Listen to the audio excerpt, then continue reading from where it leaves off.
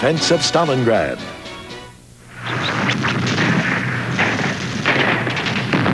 Stalingrad was a general's nightmare. The streets had been so cratered and filled with debris that tanks could not maneuver. There could be little air support. Situations changed so rapidly that artillery was useful only at point-blank range. The lines were only a hand grenade throw away from each other, sometimes as close as different floors in the same house. Often the fighting was hand-to-hand.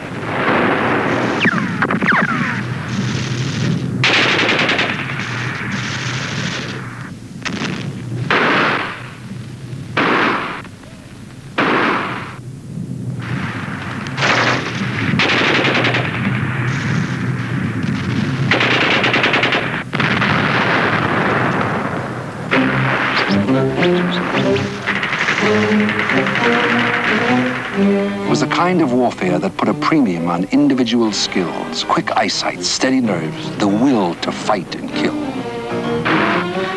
It was unlike any other great battle that had ever been fought.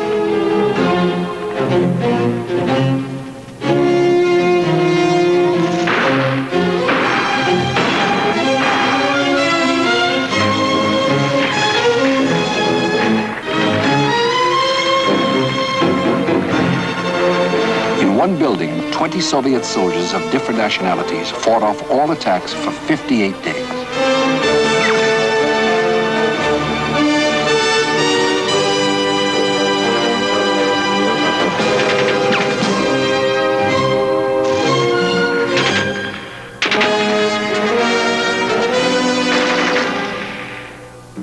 It became known as Pavlov's house. In honor of Sergeant Yakov Pavlov, commander of the group. In 1970, Pavlov told a story to people the age he was when he fought in 1942.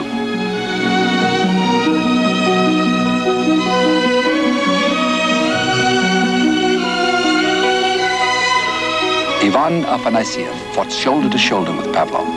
He was blinded in the war, but doctors recently restored his eyesight.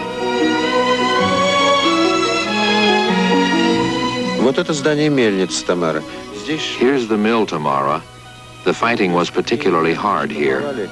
The Nazis repeated their attacks for days, and we had to hold out on this bank of the Volga. Over there, see that structure? They broke through to the Volga. We only had a narrow strip of land here. There is no land for us behind the Volga, said Vasily Zaitsev, the sniper, giving Stalingrad a motto.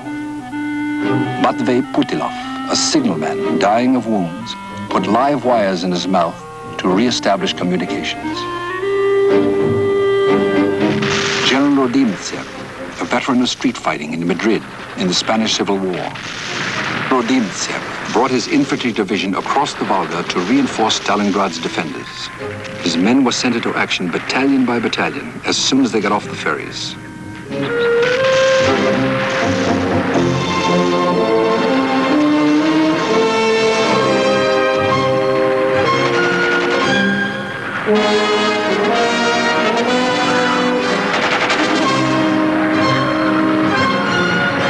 General Chuikov's 62nd Army was becoming a legend. A German lieutenant wrote, "The front is a corridor between burnt-out rooms. It's the thin ceiling between floors. There's a ceaseless struggle from noon to night. The street is no longer measured by meters, but by corpses."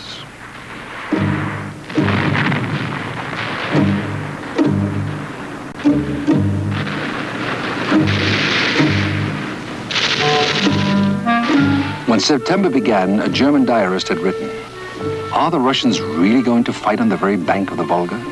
It's madness." At the end of October, he was writing, "The Russians are not men, but some kind of cast iron creatures. They never get tired and are not afraid of fire."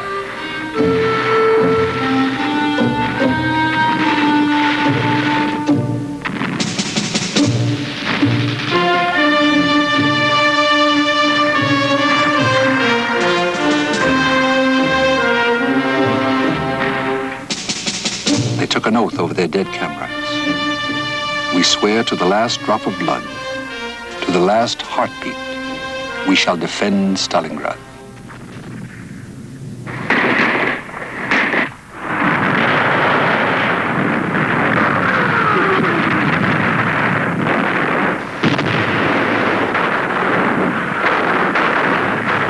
the end of October, the city was cut in half.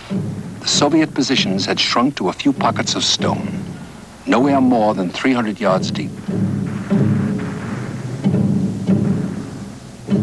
General Chuikov exhorted, act more ruthlessly with your grenade, your Tommy gun, your dagger, and your spade. Marshal Chuikov. Я вспоминаю, когда мы стояли на последнем командном пункте, 10-15. Our last command post was within 10 or 15 yards from the water's edge, I recall. It was very hard fighting between our 62nd Army, later the 8th Guards Army, and the Nazis. They had great superiority.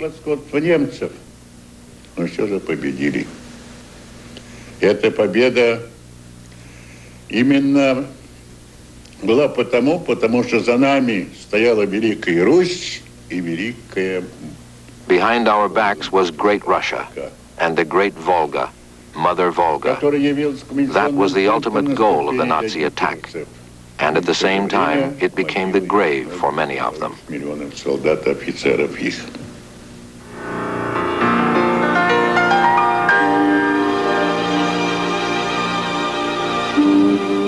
Mother Volga, a symbol of Russia's will, the river of her people's poetry, and a source of their wealth.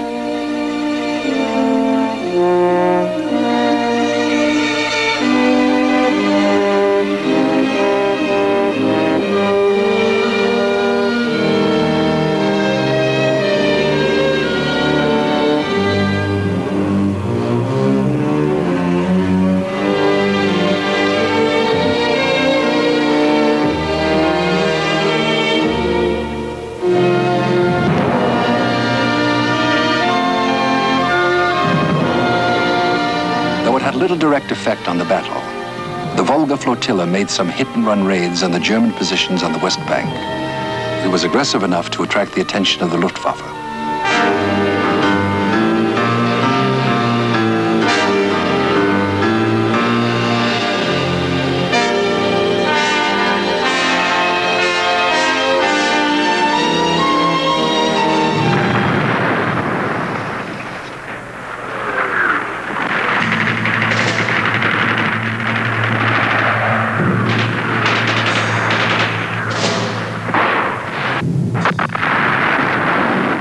That summer, the German offensive had seemed bound to succeed until Stalingrad. By fall, the savage battle had shown that the German grand offensive was stalled. For nearly 2 months, the situation maps of the German High Command had shown no change.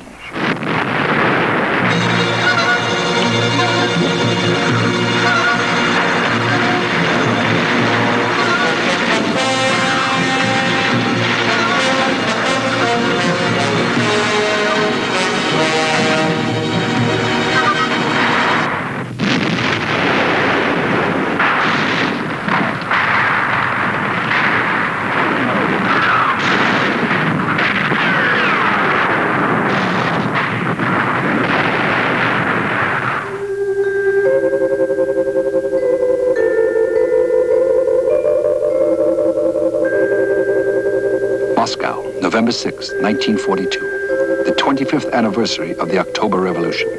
Stalin broadcast. Чем объяснить тот факт, что немцам все же удалось в этом году? How can we account for the fact that this year the Germans still managed to take the military initiative and enjoy serious tactical success on our front? The matter is that the Germans and their allies accumulated all their available resources to throw them to the Eastern Front and to create on one sector of the front a great superiority. There is no doubt that but for these measures, the Nazis could not have achieved this success on our front.